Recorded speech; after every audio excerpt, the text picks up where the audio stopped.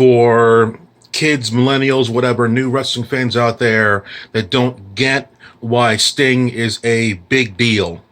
You think about it like this. If you think currently on WWE or even AEW for the most part, 20 years down the line, I know most millennials can't think that far, they can't even think like the next day, but 20 years down the line, if you really think about it, who else in WWE or AEW or, or Impact or whatever, even Impact, I love Impact, who can get that kind of reaction and create that kind of buzz by just walking out and staring at people? Who?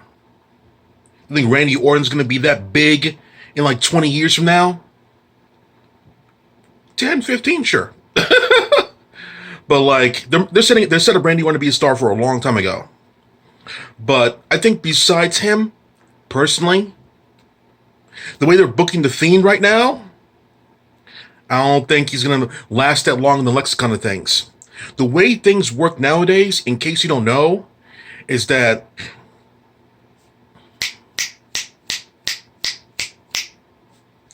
everything in this world happens so much, so often, so fast that you don't remember / keep everything in your mind.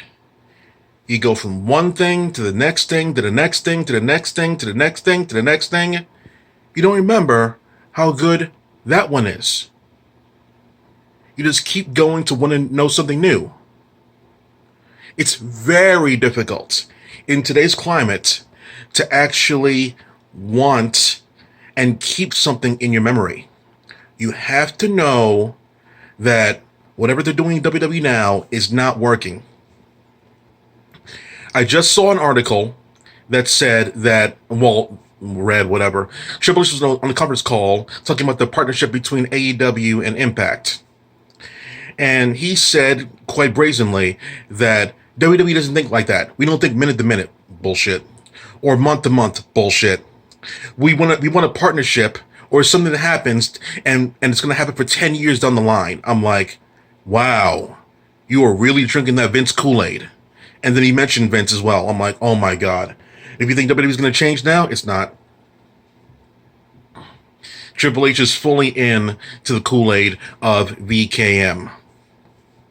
Oh God, dude, stop.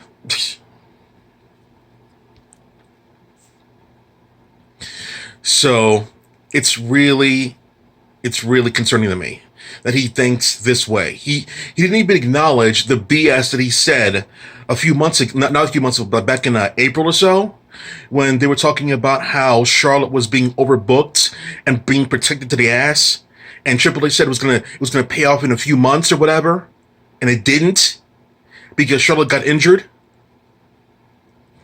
He's never gonna address that part, is he? Of course, you gotta hide your weaknesses. Never gonna address that. So there's no one on the roster right now. Like, I see people with potential to be, like, huge, but WWE could easily make them boring and nothing.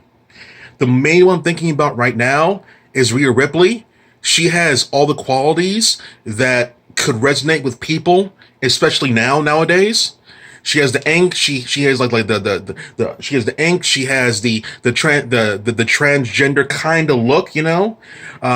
She great talker, pierced up there, great attitude. She has everything that people nowadays resonate to. And she could be the next big star without being like, I am the sperm of a second generation star. She never talks about that. I don't know what she really is. I don't really care. But she never, trashed it in our face there. Oh, I'm Charlotte Flair. I'm related to Snoop Dogg. I'm related to Bret Hart. Come on. It's never in our face. She's the only, currently right now, Rhea Ripley. And she's killing everyone on the internet who sees her, loves her. Kind of like Paige, but even Paige was living off her Saraya Knight in her mother's past. So Rhea Ripley has that quality, that look. Not Io Shirai. No, sorry. They're kind of downplaying her, but not Io Shirai. Rhea Ripley, for whatever she does, she knocks it out of the park. If you think about it, every single angle that she's been in, she's been the number one focus on every single angle. Every single angle. She's been in quite a few angles, not only on NXT but on WWE when she was doing anything with Charlotte. No one was talking about Bianca Belair in that feud. Not really. They were really downplaying Bianca Belair in that feud. But Rhea Ripley, if they play their cards right, Rhea Ripley could be the one. She is currently in NXT. Maybe Damian Priest has a chance to like blow some doors open. But yeah, Rhea Ripley's the only one, more or less, that's guaranteed to be a huge star in the future. But if you think about it, 20 years down the line, no one's going to come out there, 60 years old or whatever, and get that kind of pop. In WWE, no way! There's no one on the roster that could be like, oh my god, he still creates an aura at 60 years. No, nobody. Nobody can do that aura. Nobody. And that's why Sting come back is a big deal. You heard that crowd? That music? That call by so much money? It's Sting! No one's going to do that. No one's going to get that kind of pop. Not nearly at 50, not at 60. Sting has that kind of aura. And WWE greatly dropped the ball on Sting with that horrible music. And the angle with Seth Rollins was kind of cool because the whole unveiling the boxing, that was kind of cool. But majority, they dropped the ball with them. Just like they're dropping the ball with Edge. Have Edge fight new people. Not people he fought a billion times beforehand. That's the same mistake they did with Sting. Sting came out there, he fought like Big Show or whatever, and he fought I think that was it, pretty much. They didn't do anything with Sting, really. So this is definitely better for Sting being over here. So yeah. Yeah. Let me know in the comments down below, who do you think, honestly, could create that kind of buzz at 60 years old, 20 years down the line from now? Not Roman Reigns. Get out of here.